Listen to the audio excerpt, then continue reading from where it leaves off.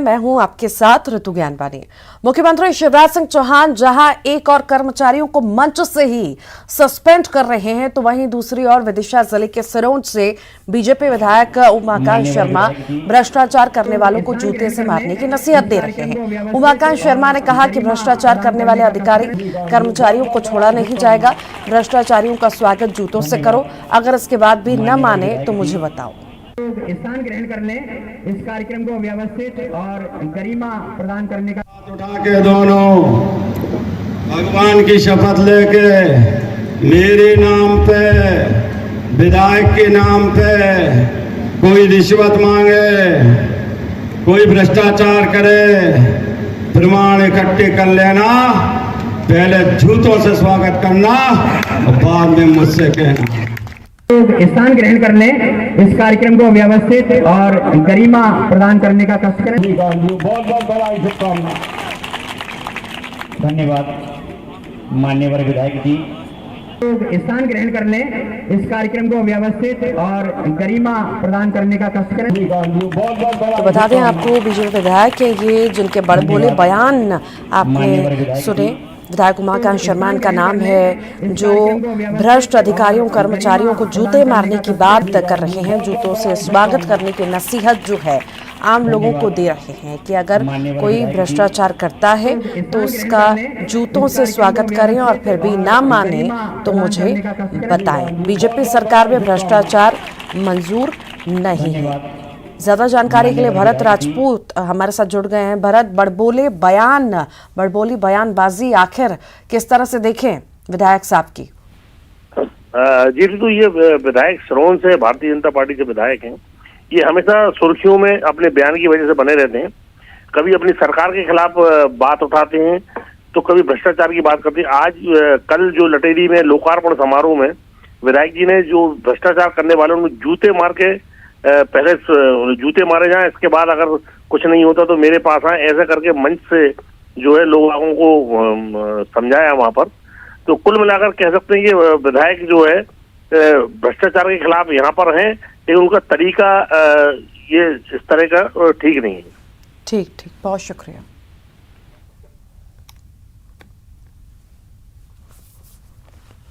चलिए, रायपुर से बड़ी खबर की बात करते हैं। राज्य सरकार के 4 साल पूरा होने पर बड़ा उत्सव होने जा रहा है। राज्य सरकार मनाएगी गौरव दिवस। 17 दिसंबर को मनाएगी गौरव दिवस। कांग्रेस के राष्ट्रीय अध्यक्ष मल्लिकार्जुन खड़गे को आमंत्रित किया गया है। हिमाचल और राजस्थान के मुख्यमंत्री भी शामिल होंगे। गौरव दिवस पर कई आयोजन होंगे। महिला स्वयं सहायता समूह, गौठान समिति और किसानों को जश्न में शामिल करने की तैयारी की जा रही है। तो राज्य सरकार के 4 साल पूरे होने पर बड़ा उत्सव होने जा रहा है। 17 दिसंबर को गौरव दिवस सरकार मनाएगी। कांग्रेस के राष्ट्रीय अध्यक्ष को आमंत्रित किया गया है, तो वहीं हिमाचल और राजस्थान के मुख्यमंत्री भी शामिल होंगे।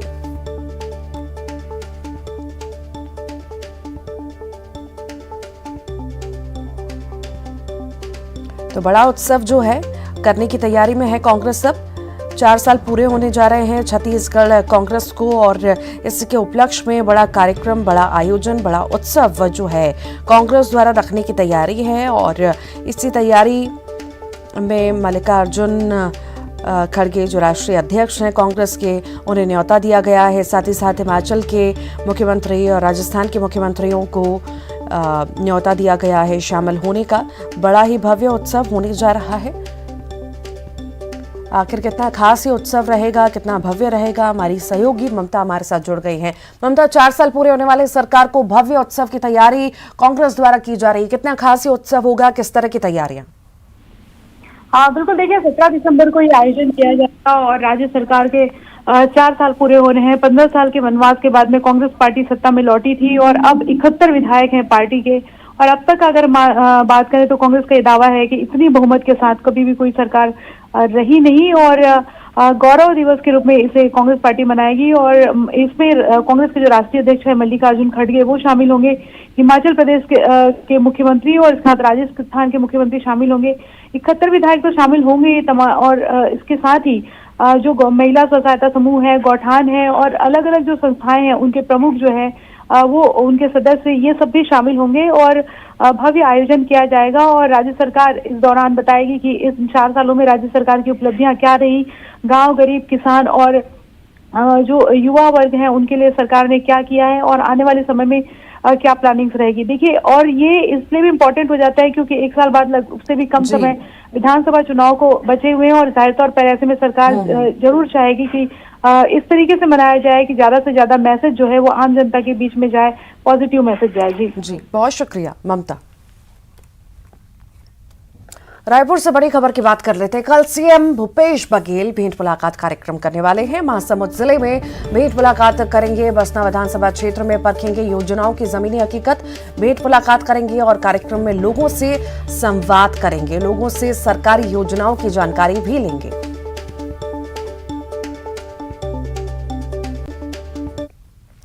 छत्तीसगढ़ में आरक्षण पर सियासत लगातार जारी है। पूर्व मंत्री अजय चंद्राकर ने कांग्रेस पर षड्यंत्र करके आरक्षण संशोधन विधेयक लाने का आरोप लगाया है। उन्होंने कहा कि भानु प्रतापपुर चुनाव को ध्यान में रखकर संशोधन विधेयक लाया गया।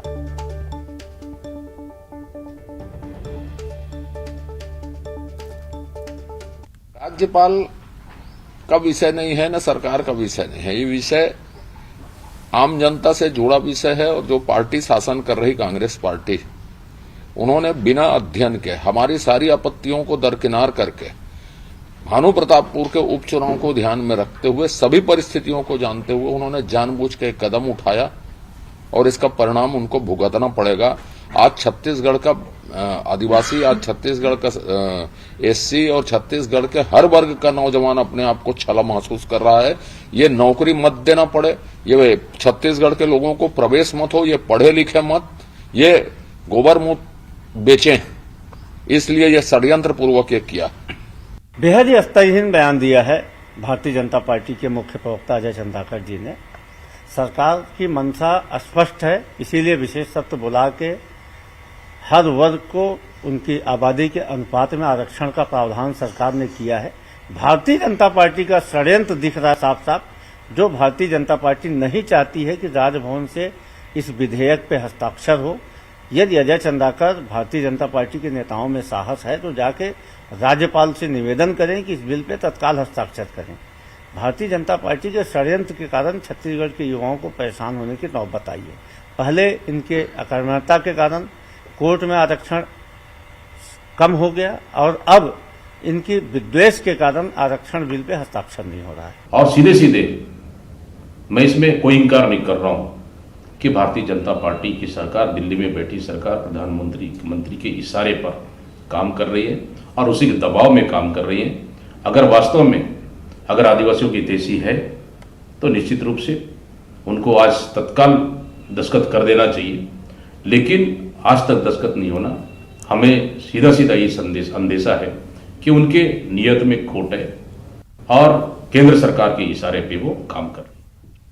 बैतूल से बड़ी खबर की बात कर लेते हैं। अनियंत्रित होकर पलटा है 4 पहिया वाहन। हादसे में 6 घायल बताए जा रहे हैं।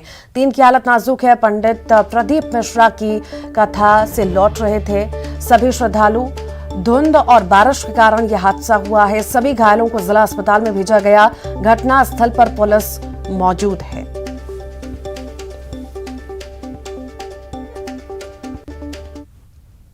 हिमाचल प्रदेश में कांग्रेस ने सत्ता संभाल ली है। प्रियंका गांधी और सीएम भूपेश बघेल ऐसे 2 नाम हैं जिन्हें कांग्रेस को सत्ता में पहुंचाने का सबसे ज्यादा श्रेय दिया जा रहा है। इनकी रणनीति ने कांग्रेस को भारी बहुमत से जीत दिलाई और इस जीत के बाद कांग्रेस में भूपेश बघेल का कद और भी बढ़ गया है।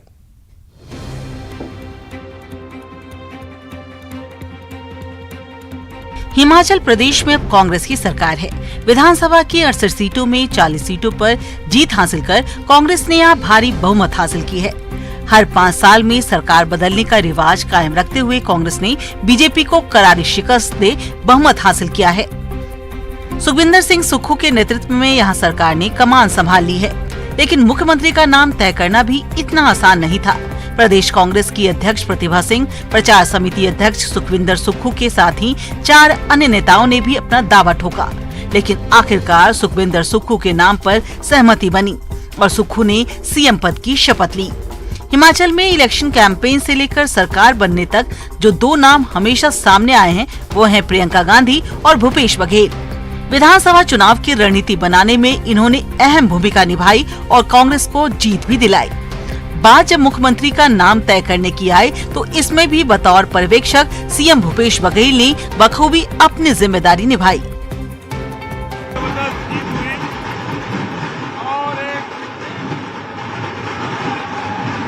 ड्राइवर का बेटा चुनाव जीता है, मुख्यमंत्री बना है, वो बधाई हमारे छत्तीसगढ़ के बहुत सारे लोग हिमाचल गए थे और जीत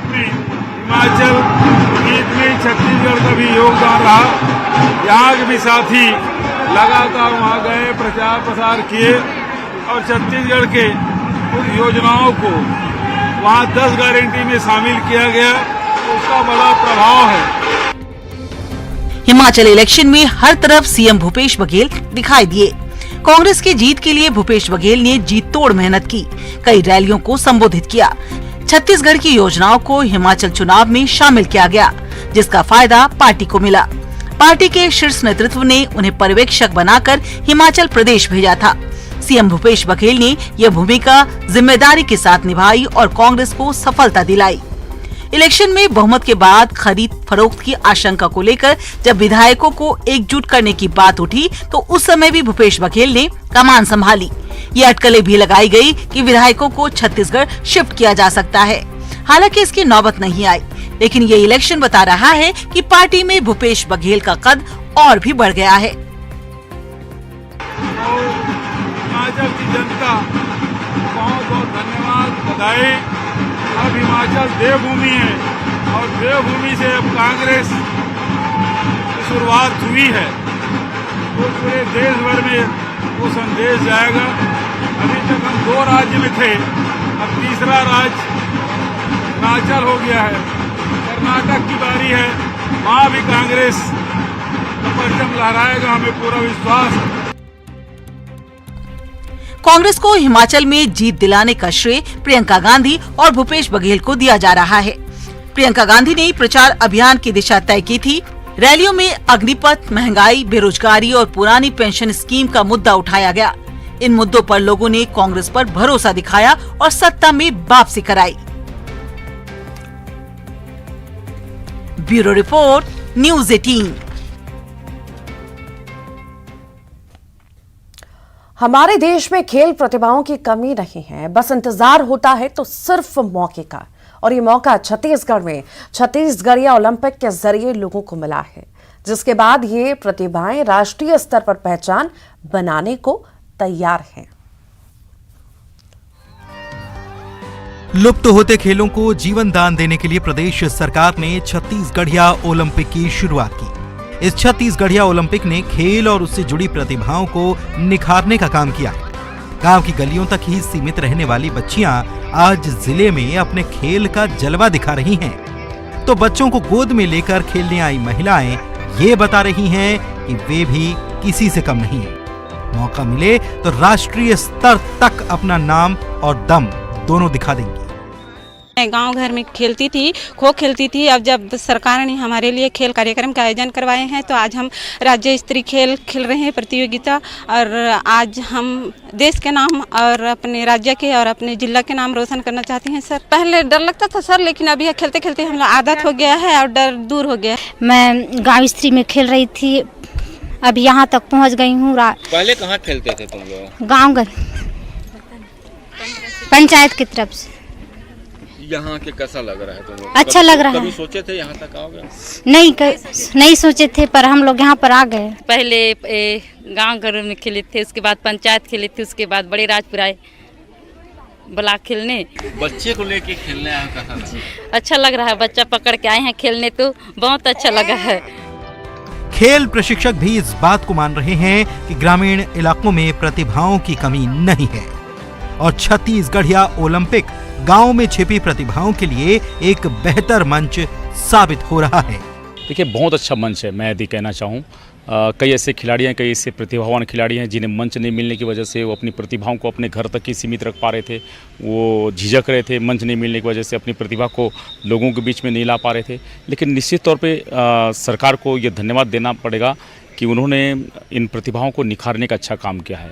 हम बहुत सारे परंपरागत खेलों की बातें करें जो ऐसा कह सकते हैं कि खेल लगभग विलुप्त होने पे आ चुकी थी, लेकिन ऐसे में सरकार की एक अच्छी पहल है, उन परंपरागत खेलों को लाया, इसके माध्यम से खिलाड़ी जुड़ रहे हैं, इनका झिझक दूर हो रहा है और आने वाले दिनों में और भी अच्छा खेल देखने को मिलेगा। और निश्चित तौर पे ऐसे मौके मिलते रहे यदि खिलाड़ियों को, ऐसा प्लेटफॉर्म यदि मिलता रहा, ये फैसिलिटीज़ यदि खिलाड़ियों को मिलता रहा, तो फिर निश्चित तौर पे हम ये कह सकते हैं कि इन्हीं में से आने वाले दिनों में कुछ खिलाड़ी हमें नेशनल इंटरनेशनल में दिख सकते हैं। सरकार ने खेल का वो मंच सजाया कि गांव से झुंड के झुंड खेल प्रतिभाएं सामने आने लगी।